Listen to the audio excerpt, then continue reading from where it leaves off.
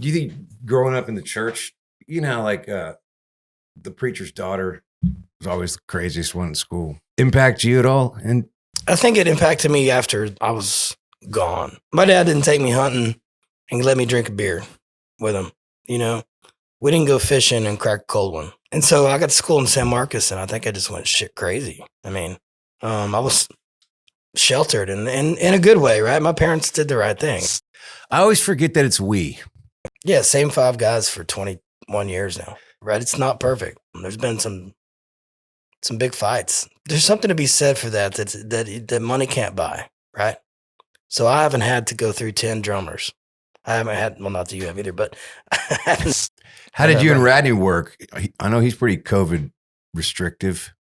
Like, how did we all in the same studio together? And the first half of the record, we went back to Maurice, Louisiana, to Dockside Studio, where we cut the eponymous album, Randy Rogers Band. The second half of this record, we're going to make at Cedar Creek. When's the last time you were there? Well, Wade and I have been making records there. Okay. But for Radney, it's a homecoming of a sense. We have the exact same band. Welcome to the Jackin' Around Show, available on your favorite audio platforms and in video on YouTube. Visit jackinaroundshow.com for the most up-to-date show information, including links to access the show's catalog of episodes. I'm your host, Jack Ingram. The Jackin' Around Show is presented by Lone Star Dry Goods, a curated collection of handcrafted quality goods with a truly unique Americana vibe. Visit Lone Star Dry Goods in person, right here at the world headquarters in historic downtown Abilene, Texas, just west of Fort Worth in Willow Park. Or online at LoneStarDryGoods.com. In my car. He's all rolling.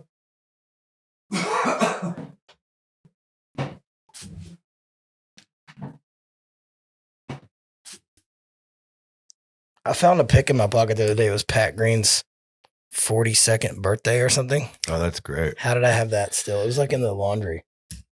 I got all these over here. Yeah.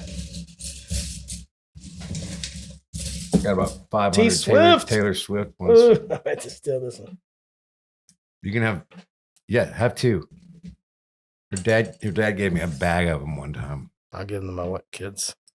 T-Swift. So what you been up to? Writing songs, trying to making a record with Radney.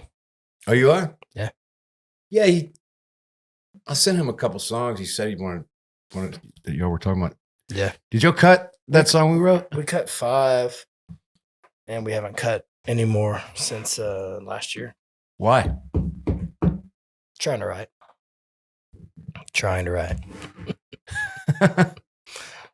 Yeah, just between being dad and touring and fuck, man. It's like time's like money. How much you been touring? Oh, not as much as like 2015, but Well, yeah, but still like enough. Did COVID knock you out for a while?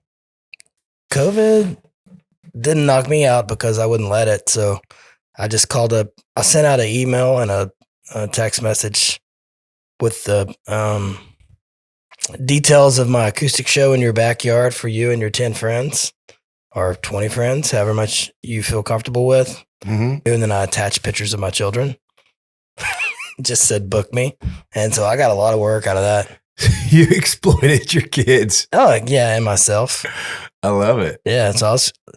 How was that? Definition of being a slutty, I guess. I'd play for anybody, anywhere, anytime. And did you do any of the online stuff? Any of those online concerts? yeah, I could never get into that. It was I couldn't either. that's too much for me. Like even staring at this camera over here, I did not feel comfortable looking into the camera and trying to emote. None of this is real. So None of this is real.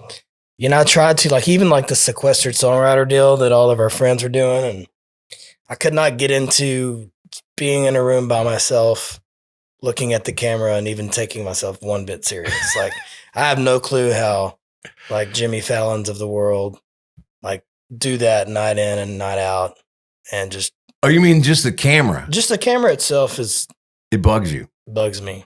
Like I feel like if I was acting or if I was just going this doesn't bother me, but hitting Facebook Live. Okay, 3, 2, 1, and Now do a Guy Clark song you really don't know that well. Right. You know, I just was not necessarily intimidated. I was just, it was just an uncomfortable experience to try to figure out how to all of a sudden be in front of a, you know, turned around iPhone than it is to be in front of 15,000 iPhones doing this. Mine is more about instant gratification. I don't mind doing the song. I don't mind looking in the camera. You know, I love showing off and all that. But man, when it's done and there's crickets, and you can't hear a crowd or you can't hear a laugh, that makes me feel like, oh my God, you just made a fool of yourself. And then maybe you just start reading the comments, and then some of the comments aren't necessarily pleasing. That's all of a sudden, I don't ever read comments. So then all of a sudden you're stuck in that shitty world, and comments are bad. But I have noticed the couple times that I've read comments that if you just go straight back at them with like, somebody says, "This is the worst piece of shit I've ever heard," and you go, "Man, sorry you didn't like it. I really worked hard on it." Then they're, "Oh, I'm a huge fan, man. I was just," it's like there's such pussies once you kind of say something. Will you play my sister's wedding? Yeah. Yeah, it's fun. It was fun for COVID because during COVID, because so my youngest child became like 3.5, you know, went from like 2.5 to 3.5. Now she's 4.5, right? So that time at home was priceless. That's great. Because like the vocabulary and the just wherewithal as a young child becomes so much greater in those few formidable years. And so, yeah, I got to spend time with her in those stages of her life way more than I got to spend with my other kids. And so, how many kids total you have? That is 3 daughters, 11, 8, and 4. Yeah. You know, that's what I think. I'll look back at COVID and think, you know, I've been doing this. I've been on the road for 22 years. And in the year 2020, I got to take a break. Yeah. You know, because I don't see any break, you know, knock on wood, coming anytime soon for the whole, you know, touring, making a living job that I've created for myself. So. Yeah, man, you still got a long way to go. Yeah. I mean, I think about like, I was completely stupid for saying this in an interview the other day, but, you know, Tom Brady retiring. Not that I'm comparing my career. You really just did that. I love it. Tom Brady, but you, I mean, did you think about like how grueling on your body this job is, being on the road is? People just see us on stage and they think it's, you know, shits and giggles and you know, Jaeger bombs and Shiner box or whatever. Right. They think it is. And for sometimes it is that. But, you know, the fact that he lasted in the NFL 22 years, I'm thinking, well, shit, I've been on the road in a van, or worse than that, I was in a Suburban, then multiple vans, and then tour buses. And driving, staying up all night, not treating your body well. Planes, trains, and automobiles for 22 years. It's like, this can't be good for you. No. So that's what you know, just that comparison of his career coming to an end. And like, technically my career could come to an end. And fortunately or unfortunately, as musicians, we don't have the shelf life as, you know, athletes do. However, you mean because it's longer? The mental and physical toll that it takes. You know, I think that's what, like, during COVID, that's kind of like what I was thinking about. Like, I would wake up after not having a show for 2 weeks or being on the road for 2 weeks or playing somebody's backyard for 2 weeks and thinking, damn, I feel good. Right. You know, this is what normal people feel like. Right. Like I joined the tennis club. I was playing tennis and, you know, all kinds of goofy stuff that we got to go play tennis, man. Chance. You're too big. You'd be killing me. No, man. Yeah. No, I've heard on the street you're pretty good. No, that doubles tennis and that's even singles tennis. Once you get to the net, you're like whatever you are. You're like 6'8", whatever you are. You just kill me. That'd be fun though. Yeah. We got a little tournament. Yeah, I've got a mean backhand. It's just nasty. Really? No. I was about to say. But I will gamble. You want to go right now? I'll gamble with you right now. Get that on B-roll here. One of the producers of this show. All right, we'll go play one set of tennis. I got my New Balances on. I wore them just because we're in Austin. I got my Willie New Balances on there. There we go. Hey, man, I got my badass Hokas. Focus. I'll take you out. Yeah, so working on the new record. Everybody asked, like, did you just write a bunch of songs during COVID? Hell no, man. I sat my guitar down, took a break. We built a swimming pool at my house, which was a nightmare.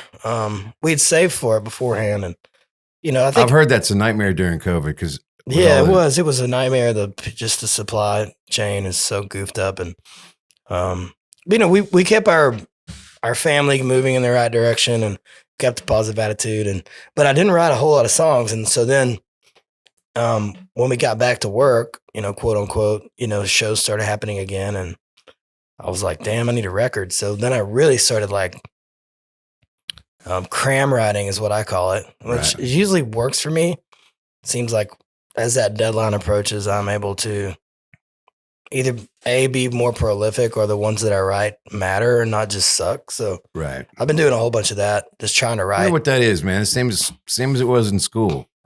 I couldn't, it's always been deadline writing kind of, or when something's coming up. I enjoy that. I enjoy the pressure. I think that's a privilege to have the pressure to go in the studio with Radney Foster and make a record, So I've been doing that, and the difference, I guess, too, is the fact that now instead of guys, I've had that condo in Nashville now for like 10, 12 years, and used to I would go to the condo, hole up, invite friends over, write songs for a week, and then go play shows, go right back up there, hole up, write songs. Now we just do it on Zoom.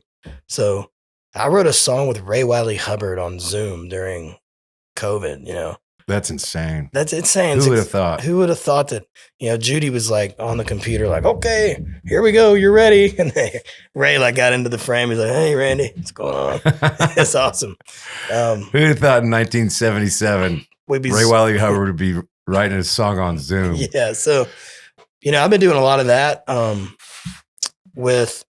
have a kind of a similar setup. Like I have my music room and kind of my away from the house place to go and be creative. And so, I just zoom in with whoever.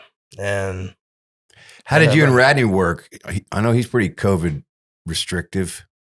Like how did we all in the same studio together? And yeah, we cut. And the first half of the record, we went back to Maurice, Louisiana, to Dockside Studio, where we cut the eponymous album, Randy Rogers Band. So that had Buy Myself a Chance and In My Arms Instead, two of my biggest songs that we play every night on that record. We went back to that studio, and it's on the bayou.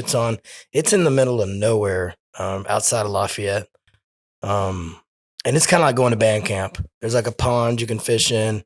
There's a studio, there's a bunkhouse, and you just live there. We had food brought in every day. Was that for a week or two? It was for a week. So it was almost like quarantine. And so I think he may have been a little bit more comfortable with the fact that it was just us and nowhere to go. A few engineers. And we didn't even go out one single night. The second half of this record, we're going to make at Cedar Creek here in Austin. When's the last time you were there? Well, Wade and I have been making records there. Okay. I hold my beer records with Lloyd Maines. Yeah. Been making records there. But for Radney, it's a homecoming of sense where we have the exact same band. We had an extra guitar player and a keyboard player, Michael Ramos, who lives here in town, is playing with on our record. And Eric Borash is playing guitar, which was kind of Jeffrey's stand-in through the years. And so it's the exact same. Didn't Eric play with Radney some? Yeah, he did. Yeah. Exact same band that tracked Roller Coaster. So the first record we made with Radney, we're going back to the same studio with the exact same band. That'd be cool. And what was that, 20 years ago? Almost, yeah. Wow. So that'll be interesting to see just the vibe and what's changed in all those years, compared to how it is now. But I'm excited about that opportunity to put that group of people back together.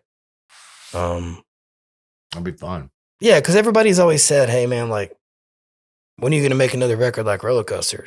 When I'm like, well, that was just magic. That wasn't something that, that anybody could. That's your version of I like your old shit better. Put on paper and say, oh, it's going to work exactly this way. So if it doesn't, and it won't work exactly how it did for a Roller Coaster, it at least will shut the people up that say, go back and do your old shit. Well, guess what? This is it. So like it or not. Right. So that's what I'm working on. That's killer. That's great, man. How's Ratty doing? He's great. He's like writing a screenplay. Oh, I've heard about it. He just talks about it quite a bit. I love you, Rodney. It's just he's in his own world now. He's got so many creative, and always has, by the way, had so many creative irons in the fire. Yeah. He's always been working on the next song, or he's just seems like a human being that has to write in order, to feel like he's fulfilling his duty in life. Yeah. With the talent that he was given. So I know that he's putting it kind of in a different, thing, which is screenwriting, which I know nothing about. I don't either. And so I'm sure he's great at it. I think it's really good for him, because in any kind of writing exercise, all you youngsters out there, any kind of writing exercise is going to only make you a better writer when you hone in on your craft. Yeah. And you do it every day. That's what I've been finding, because I got away from writing songs, and then now that I'm trying to cram write the fourth or fifth song, the tools of the aren't week, as sharp. Yeah, the fourth or fifth song of the week's way better than the first one. Yeah, energy makes energy, and sharpen your tools, and all those cliches. Yeah, so Rodney's doing great. It's kind of like riding a bicycle. Like he and I, because I made those records with him, the first stages of me being on Universal. Like he was a huge reason I got a record deal. Then we made records together on that record deal. Then I went and made records with a slew of other producers. And so didn't you work with Jay Joyce on record? Jay Joyce. Did you ever work with Liddell? Buddy Cannon. Didn't ever work with Liddell. Dave Cobb, Paul Worley. Anyway, just like that's like who's who of those are all real good producers. Producers in our genre. And so, coming back to work with Ratty it's really like being able to ride a bike. Mm-hmm. And that's not me being cheesy or making that up. It's just, it's like old friends, like if I didn't see you for 15 years and we ran into each other, we'd be able to cut up and talk about the good old days and, being on the road together and playing all these shows together and experiencing all this life together that we have. It's the same way with Rad, it's like, it's almost like we were just missing each other's energy, and that's it. It's just right back where we left off in the studio. And he's such a great cheerleader too.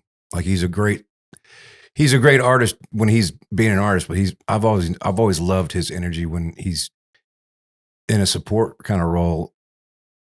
He's a great coach. Yeah.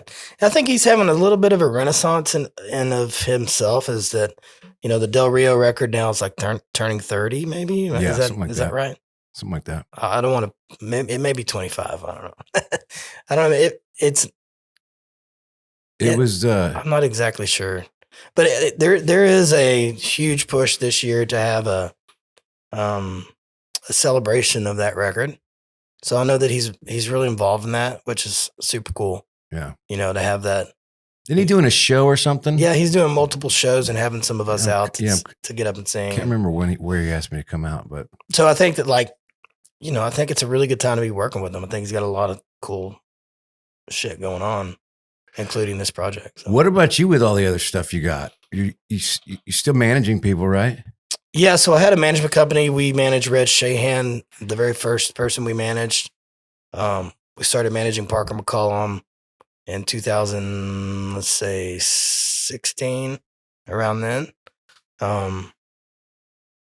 Because of COVID and whatnot, the management company just basically, we had William Beckman was our last client, and then we terminated the management company. There was just no way to keep open. Mm-hmm. At whatever point in 18, early 19, Parker's wing, he was flying already. So we moved Parker on to Red Light Management. And then William Beckman, same way. I just said, hey man, like William went to Belmont. He already has a bunch of ends in Nashville on the publishing side of things. And I have a look at Warner Chappell where I have my publishing deal. So I have a first look with them. So if I hear a young person that I think, deserves a look, I've got to, hey, you need to take a look at this person. So that's what I did with William. So I got William set up at Warner Chapel, which I also did with Parker. And so that's kind of the extent Did you get a remaining piece of that? of what I'm doing now. On the Like William, the business side? on the company side, not the artist side. So that's the only thing I have in place now. I'm flirting with the idea of opening up shop again as a manager, management company. Yeah, it seems like you're pretty good at it. Yeah, well, thank you. I've always enjoyed the business side of it. I had the PR degree and the business minor, and my wife always says that what I lack in talent, I make up with tenacity. So, and that's why the Randy Rogers Band has been successful, not because of my, greatness as a songwriter or performer or a That's vocalist. arguable, but I'm fine with it, So maybe that is my calling as I get older, and don't want to be on the road as much. Not that I don't want to be, but maybe for my family, it's best that I don't play 200 shows a year. Is that what you've been doing for the last 20 years, basically, 200? I'd like to brag and say it's 200, but I think last year was less. I think 20 was less, but 2019 was a calendar year for our band, and there was at least 175 to 200 shows if you count the acoustic shows with the full band shows. So you're looking this year at like 95 to 110 full band shows, and then I'll go do another 30 or 40 with or without Wade, Hold My Beer, Watch This, and then on my own. So yeah, it's still that much. That's and a lot, man. As you know, as a touring artist, that you get off work on Saturday night. No, that's bullshit. You don't get off work until you get home. You're welcomed back into your household. Yeah. And things are back to normal, which usually takes a day or two. That's right. And then you leave again on Wednesday. And so Wednesday counts to me as a travel date, even though you don't play till Thursday. Right. So, you add all those dates up, it's a lot. It is a lot. I would think at some point I settled in on like 100. I don't want to do more than 100 shows. Yeah. But I don't count travel days either, because I normally am an idiot and show up 5 minutes before the show. Well, I think that, you and I grew up idolizing Jerry Jeff Walker and Robert O'Keen and some of the other artists that, did this before us. And I always think it's great about the thing that we always heard about Jerry Jeff was like, well, if it wasn't X amount of dollars, he wasn't getting off the couch, Right. And I kind of want to be Jerry Jeff. I want to be like, well, if you want to see the band, it's going to cost this. Well, we don't have that. Well, I mean, that's the dream, right? The dream is to have I think at this point you can control that, Randy. Yeah, I mean, supply and demand, right? I mean, but this past weekend we went to Lincoln, Nebraska. We played Kansas City. I always forget that it's we. And I love your band. I love every member of them. Yeah. But whenever I start talking about stuff like that, it hit me just right after I said you can do that. Well, Randy Rogers could, but you have a band that you really are with. It's a band. Y'all treat it like a band. Yeah, same 5 guys for 21 years now. Yeah, so your demands on your time and how many shows you're going to do and how many mouths that have to be fed. Yeah, is very different than what I'm talking about. It is. It is, and that's what I chose, and I'm fine with it. Well, at first, when you first got started, and I heard that and you started taking off, I was like, I was kind of skeptical about that.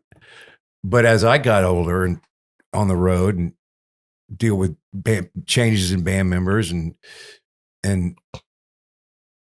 that tried and true thing is not as strong when you have hired guns. If things start going bad for me, they'll out. They're done. And I've in the last decade or so, I've looked at you and gone, man, that would be really cool to have a Three Musketeers kind of vibe. Yeah, it's not it's not all peachy keen or whatever, right? It's not perfect at all. Like we've all had to take each other outside and whip each other's ass. I mean, that's happened. There's been some big fights, some big tears, and some growing up, and a lot of shit that nobody knows about that this is the reason we're still together. But, you know, I think like that peace of mind, there's something to be said for that money can't buy, right? So I haven't had to go through 10 drummers. I haven't had, well, not that you have either, but I haven't had to go through, you know, players like some of my, you know, peers have. Yeah. And that has given me confidence, and has given me a feeling of community and commonality, goal setting. There's a whole lot of things that it brings that people don't get. Like, well, why would you make $20,000 a show, but then really in your pocket you get the same amount as, you know, bass player or whatever. Right. What does that make any sense? Well, we're also sharing every bit of the expense. You know, there's a whole lot that goes into playing a show that people don't see. Right. So, you know, I think for me, it's worked out I'm a pretty high stress, worry individual anyway. So from not having to worry about some of the other bullshit that an artist has to worry about or has to pay somebody to worry about, we've never been hit with that. Right. You know, we all have our health still, knock on wood. We all enjoy each other's company still like being on stage together. Like, do y'all have health insurance together as a company, or health insurance? All of our employees do too. What also comes into play too, it's like, much like a team sport, if a mistake's made on stage, okay, which given the fact there's about 100 variables that you can control on stage, and there's about 100 that you can't. Right. Any given night, we've had pretty much everything thrown at us, including, you know, liquor bottles, right? Right. And there's nothing that can happen up there that I will ever freak out or worry about. So let's say the drummer starts to click track the wrong song, and downbeat is completely wrong, and I'm singing the words to a different song. Immediately, it gets fixed without even looking at each other, right, without eye contact most of the time. Yeah. If for some reason something screws up, if all the set lists blow away on stage at the festival, doesn't matter. If we don't have ears, if our in-ear monitors don't work, if we cannot hear each other. It happened in Chicago at the Windy City Smokeout. We're opening for, I don't know, whoever, bunch of people, 20,000 people, whatever, out there. And our ears don't work. No one even knew in the crowd. Yeah, doesn't matter. No one even winced on stage. It was just, we've done this before. Did they ever come back? Boom. Halfway. So, you know, it's just those things. Like, there isn't anything we haven't seen as a group of people. And so, like, you know, those performances like Letterman or Leno, or, you know, those things that we did together, those high pressure type situations. I mean, that peace of mind right there, knowing the world could come to a crashing halt and we'd be fine on stage. Yeah. There's something to be said for that. Absolutely, man. 22 years into it. Yeah. Have you ever lost any turnover at all? Well, I started at Cheatham Street, you know, in 2000, and the original band that I put together, they were all graduating college right then. And so they all kind of went on their own ways. But Jeffrey was in 2001, and everybody else was in 2002. So we're right there 21 years together, same 5 guys. Wow. I've had keyboard players come and go, and like the utility player. Yeah. Like John Michael Whitby quit me to go on the George Strait tour. You know? So I've lost a few players like that were band members, but there's not been a band member change since 2001. So besides Jerry Jeff Walker, who else did you grow up really digging? Well, grew up in the church, so I have to give a shout out to Stryker and who else? Is Stryker a church band? It's like a really heavy metal church band. Oh, wow. Striper, not Stryker. Striper. Sorry, Striper. Fact check. Striper. Petra, Striper. No, but you know, my dad's record collection was pretty simple. It was Beatles, Stones, Glenn Campbell, and then Michael Martin Murphy, the Willie Nelson, the Waylon Jennings, Merle Haggard. You know, the stuff that was in the 60s and 70s that Sounds like you had good taste. he was listening to. Yeah. So Your dad's a preacher, right? preacher, you know, but like in the 6th grade, Pure Country came out. So I wanted to be George Strait more than anybody on the planet Earth. I probably wanted to be Mark Chestnut at some point. All that 90s country. I could sing you every song. It's a really fun trick because we put it up on the bus and like, I'm one of the only guys in the band that can sing every word to the 90s country. Like, completely missed Jeffrey. Chops did not have that. Well, I guess Brady Black and I can sing you every word. So, Yeah. I was in a band in high school. I played all the Opries. Oh, really? Trying to write songs when I was that little. And I was trying to be George Strait. I mean, I think we were all trying to be George Strait. But for sure, he was my go-to. Right. You know, I love when like people, like, yes, Willie Nelson had something to do with it. But Willie was already like on Pluto, you know. On Rushmore? Yeah. Like I had a Willie Nelson drum kit when I was 6, you know. Which look at Paul English. there's like a really great photo of me playing a Willie Nelson drum kit. I'm like, do they sell that shit at Toys R Us? Like, just think that back then Willie was that mass merged. Yeah, man. Like, I have a Willie Nelson guitar.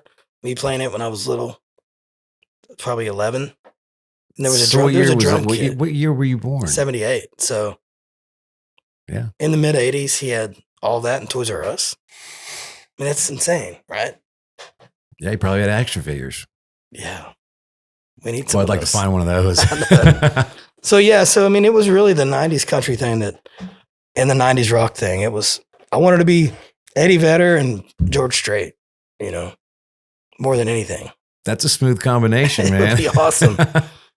And if you hear the band, we kind of are that, you know, we kind of blend country and rock, and like my melodies and my, you know, songwriting is country, but then, you know, Jeffrey's not up there playing like a B-bender, or Right.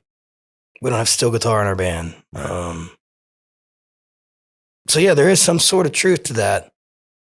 Like whatever happened when I was 14 or 15 that made me want to be a musician was out of Seattle and out of Texas. It's really weird. Was your dad cool with you getting in bands? And Yeah, he was cool. He was proud of me. My dad passed away in October of 2020. I had a long battle with cancer. He was cool with it. Yeah, he was really proud.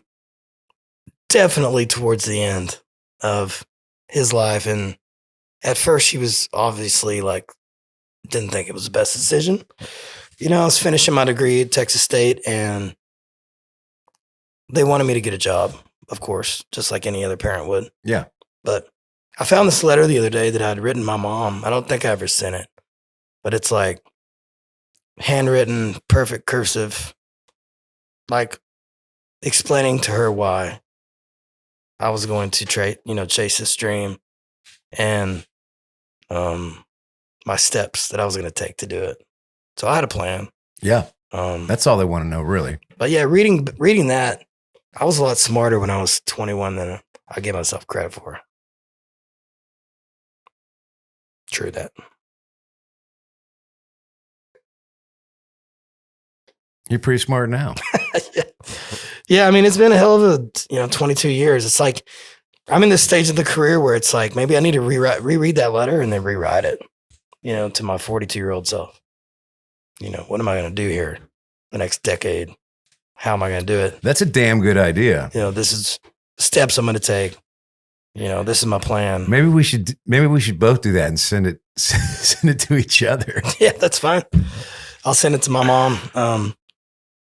And Is your mother still alive? yeah, she is. Yeah, she is. And I just think anybody listening to this podcast and thinking about their dreams, their hopes, their ambitions, their what they want to see themselves in 20 years, just write it like that.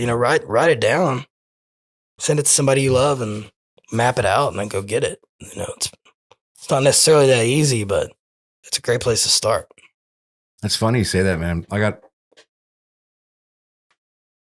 my tour manager, Kevin, has kind of takes care of our storage facility. And he found a bunch of notebooks that kind of had all that stuff, dates and goals. And it's amazing how so many things come true that you forgot you even wanted.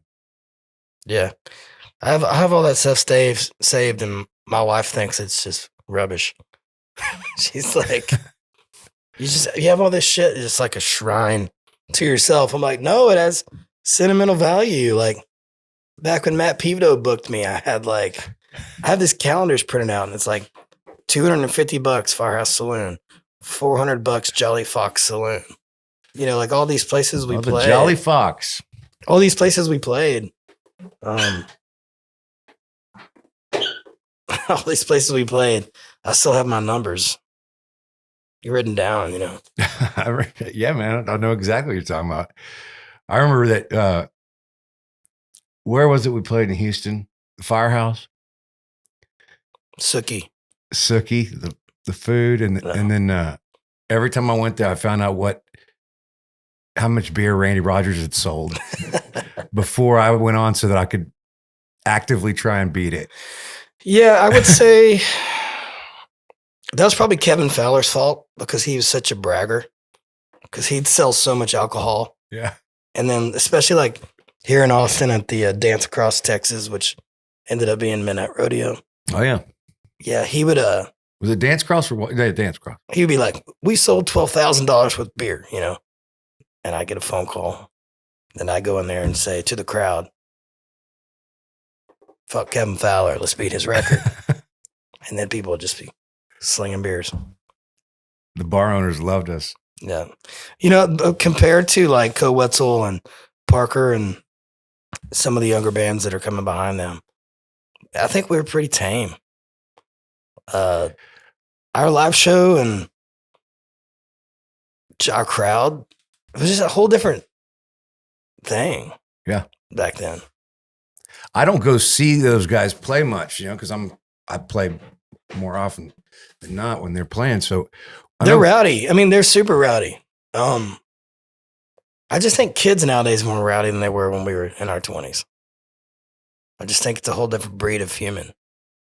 I think it's amazing to watch the numbers that those guys are used to, the crowd numbers. It's huge. Super huge. And has been for a while. And I remember, when Pat and Corey were coming up right after me and said, oh my God, you were killing it. I was like, you saw me in a 100-seat venue. And it was packed. Right. But then that turned into 500 for the next guys coming up. And then that turned into 1,000 for the next. And down, I look at those guys selling out amphitheaters, and it's just amazing to me. I love it for them. I just found I found all these old video cassette recordings that we had. Somebody gave us a video camera in 2005. It's like one of those old ones. I don't know the names. I'm not a DAT, but it's like a little bitty the flip cassette. It's this big. Everything's recorded on this little thing. Oh, you mean like a that's the actual tape? Yeah, the tape is this big. Yeah, I know what you're talking about. The camera was this big. The tape was this big, yeah, right? I know what you're talking about. So I just found, I don't know, 35 of those tapes. We had one on the road with us, and we carried it around. And I'm so interested to see, A, what we look like, but B, what the crowds look like compared to how we remember the crowds looking, right? Oh, yeah. We had a sold out show at 8 Airs or whatever, and I can't wait to go back and see what's on these tapes. It's going to be... you might want to watch them alone first. I'm going to. It's not going to be as glorious as... yeah, it's going to be... It might be like going back to your, the recess area at your elementary school, and you go, God, it felt so much bigger. Yeah. It's like basketball, I think I'm a good basketball player. I remember myself, high school, being a great basketball player. Yeah. I remember my first few years of college playing intramural sports. I was a great athlete. Fuck no, I was a horrible athlete. Even now, I go to play basketball. suck at basketball, right? That's funny. But I thought I was great. So I'm assuming that these tapes are going to be very similar. That frame of mind has served you well. It serves us all well. Oh yeah, you lie to yourself. We got into something thinking we're great, and we sucked until we didn't anymore. Yeah, so it'll be fun to see that. But yeah, just nowadays I just go and I played some shows this past weekend, kind of with the past and present. I played with Pat and Corey, which is interesting because now I'm with you today. And then Randall King was on that show. Randall King's out in the crowd high-fiving people and like Chris Ledoux running around and stuff, Yeah. It's awesome. I really commend him for being able to do that, but it's just not something I could do. But just watching the crowd. But you never really did that. Interact with it. No. Once again, George Strait, right? Just want to stand there, Willie Nelson, stand there. So yeah, but they're just different. I think the crowd's different. Do you think growing up in the church, like the preacher's daughter was always the craziest one in school? Did that impact you at all? And if so, like how? I think it impacted me after I was gone. So like my dad didn't take me hunting and let me drink a beer with him. We didn't go fishing and crack a cold one. Booze were off limits. Pot was way off limits. And so I got to school in San Marcos and I think I just went batshit crazy. I mean, keg party after keg party. I was sheltered and in a good way, right? My parents did the right thing. I mean, they were trying to raise me and keep me out of trouble, right? Right. So I think I was just at that rebellious spirit that kind of still drives me. I had drilled in me from, being in church every Sunday my whole life. And did you have an active role in the church or did you just have to go? I played piano every Sunday. And most Sundays got up and played a song and sang it. So I was on stage from like every weekend from like 14 years old till now. So Baptist Church. So 30 years of being on stage every weekend. It's a lot. That is a lot. Because I played in college too. So I joined this guy's band, Chris Chitsey. I joined his band. So I was playing guitar. Where's old Chitsey now? I don't know. I hit him on Facebook, told him hi. Did he quit playing? Was he just doing it for fun? Honestly, Jack, I don't know. I mean, I don't know what happened to him. They kicked me out of the bus on the side of the highway one time. Why? Because I was probably a prick. I mean, I don't know. What were you doing? Let's just say maybe some of the ladies liked me better. I don't know. Man, I wanted to write songs and I wanted to do my own thing. And at the hint of me taking the spotlight away from anybody else, it was time to go. I was playing Cheatham Street, open mic, had my own little following, coming to the Chitsey shows. And you had people come in and yeah. Were you bucking for getting to play a couple of your own songs during the show? I was doing that, yeah. Yeah, I'd kick your ass. And as soon as thank you. And as soon as that started, it was like, oh yeah, you're out of here. That's great, man. But I learned how to sing harmony. I learned how to load a PA, load a trailer. Yeah, I learned great skills. Absolutely. I mean, intangible things. I learned how to run sound. Unfortunately, learned how to roll a snake, plug one in. Wow, some things that you wouldn't know unless you were in the industry, right, for a long time. So yeah, people think rolling a snake. They probably think you're talking about rolling a joint. Yeah, which you probably learned how to do that. It's too. like the soundboard that you hear music from versus where you plug it in on stage. Kids, that's a snake. And you don't want to pick one up and roll it after the crowd at, wherever is thrown up on it and worse. So how did you get in with Kent? Was it just because you showed up one night and he? Yeah, it really is. Deal? I mean, it honest to God is. Kent Finley, Cheatham Street. I was listening to Jeremy Halliburton's radio show.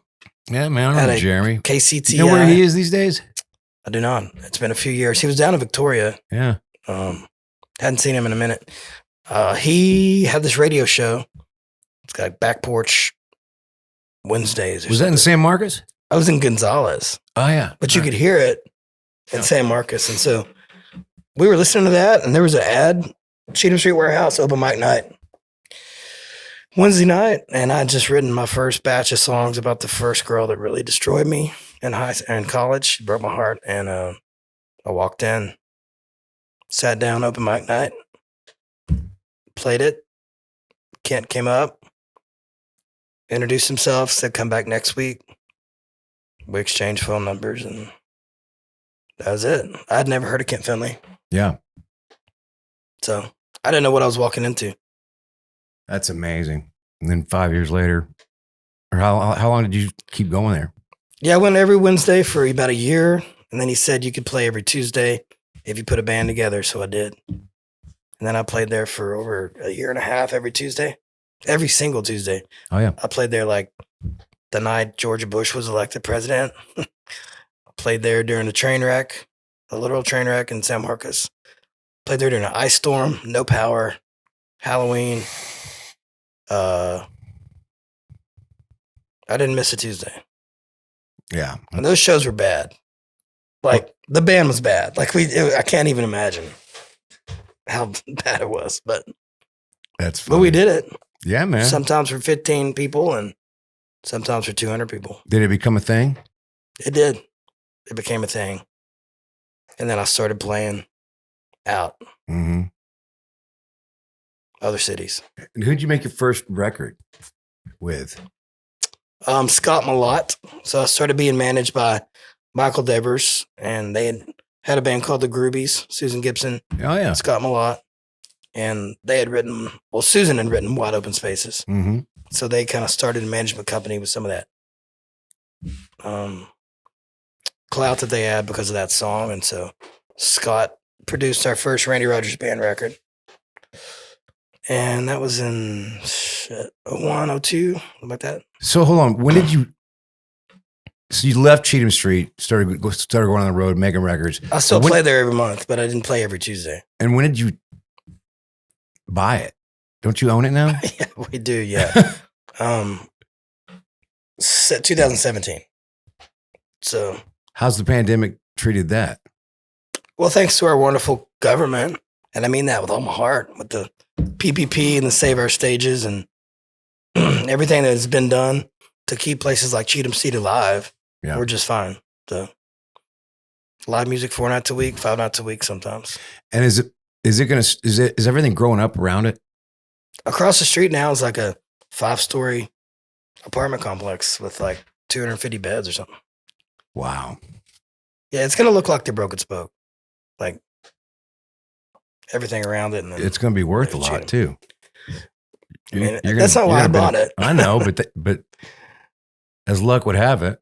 Yeah, I mean, it will be open as long as I'm alive as a music venue, and I don't intend to sell it to anyone that's going to do anything else with it. So when I can't take care of it and have it open, as Kent would have it open, then I'll sell to somebody who's going to do the same thing. Yeah.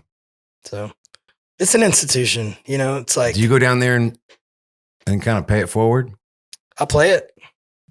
Yeah, I play it. Do y'all have an open mic night? We have it every Wednesday. Kent Finley's open mic. And do you ever go down there and hang out? I've sat in. I haven't got up and played it, but I've walked in and listened for a while. Found the next Randy Rogers? There's not one of those, bud. But, you know, Thank God. I think for me, like, as much as I tour, my babies are so little. Just remembering how Kent was there every Wednesday night, sitting at the end of the bar, listening. I can't do that. Yeah. I can't. When my kids are grown and Wednesday nights are open, I can see myself sitting there listening and trying to help the youngsters out. Yeah. You know, with it. Kind of like a retirement plan kind of feel to it. Yeah. Just keep it open, nurture it, keep that younger crop of musicians playing there. I mean, Parker Ward, Cheatham Street Warehouse had on stage, you know. to accept his new male vocalist of the year. Oh, the other night? And wore it during the performance. Yeah. You know, so thousands of young artists saw that and thought, shit, I better look up Cheatham Street, or I need to go down and play open mic. Right. You know. Right. It still has a magic to it. You know, that's one of the reasons why I wanted to participate in the ownership of it. It's a magical place. I remember the first time I drove there and sat in or played a show there, and it was like, felt like you walked into, well, for me, it was like walking into Eight Airs or another kind of green hall, just a place that, yeah, you knew there'd been some mojo in there. Yeah, I also own the building that's in the parking lot. It used to be a thrift store. Mm-hmm. So there's nothing in that building now. And so we have plans to turn that building into something that much different than Cheatham Street Warehouse, but benefits the property. So that could be a bar, it could be a restaurant, it could be a place with 50 TVs. So there only has to be one or two in Cheatham Street, right? Right. Could be new bathrooms. Wasn't there a studio across the street? Yeah, there's a studio across the street.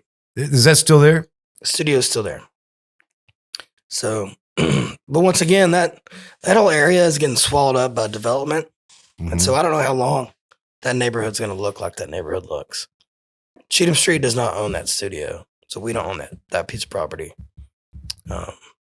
We just own that little, I call it a pie. It looks like a piece of pie. That parking lot? Yeah. Yeah. So we do have plans there. Pandemic obviously set those plans back a tad bit. But So when are you going to finish this record with Radney? yeah, at the end of this month, we should have it in the can. So Does it have a title already? no. Kind of the last thing that happens, right? Like, Yeah, more or less. we've got 6 or 7 songs to cut, and we'll see. Like, it'll be our 9th studio record. So, can't really call it DS. I don't know. There's Can't not really call it anything. what?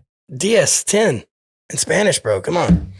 I don't know. There's nothing. Por favor? Yeah, there's nothing nostalgic other than working with Radney about the record, right? Like our 22nd year of touring, woohoo. It's just another You could record. call it 10. And be like, sorry, we miscounted. We're just musicians, man. So yeah, so no title yet. Some of the songs are like, I must have just been hammered during COVID because like 3 of the songs that we've already cut are just like holy drinking songs. You know? Wow, that's so new to you. Yeah, drinking, yeah. And drinking songs. Oh yeah. That's what's great about country music is you don't have to reinvent the wheel, right? That's It's like right. there's about 5 topics you can talk about in country music that you're good to go. Yeah. So always looking for tempo now, you know, it's like you cut those songs and then you go back and listen to them. You're like, shit, those are depressing.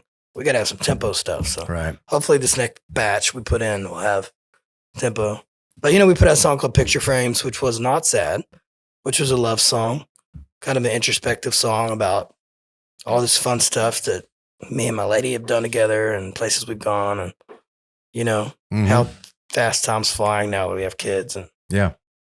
you know, what we wrote about at 40 years old is different than what we wrote about at 20, right? So, Yeah. Yeah. Hopefully. Yeah. Oh, man, great talking to you. no doubt, Jack. Thanks for coming out, man. Good to see you. It's always great to hang with you, Randy. Heck yeah. Randy Rogers, everybody.